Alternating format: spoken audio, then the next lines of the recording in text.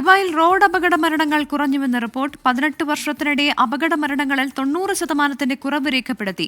RTA-യും Dubai പോലീസും നടത്തിയ യോഗത്തിലാണ് കണക്കുകൾ പുറത്തുവിട്ടത്. റോഡ് സുരക്ഷയ്ക്കായി നൂതന പദ്ധതികൾ ഓരോ ദിവസവും നടപ്പാക്കുന്ന രാജ്യമാണ് UAE.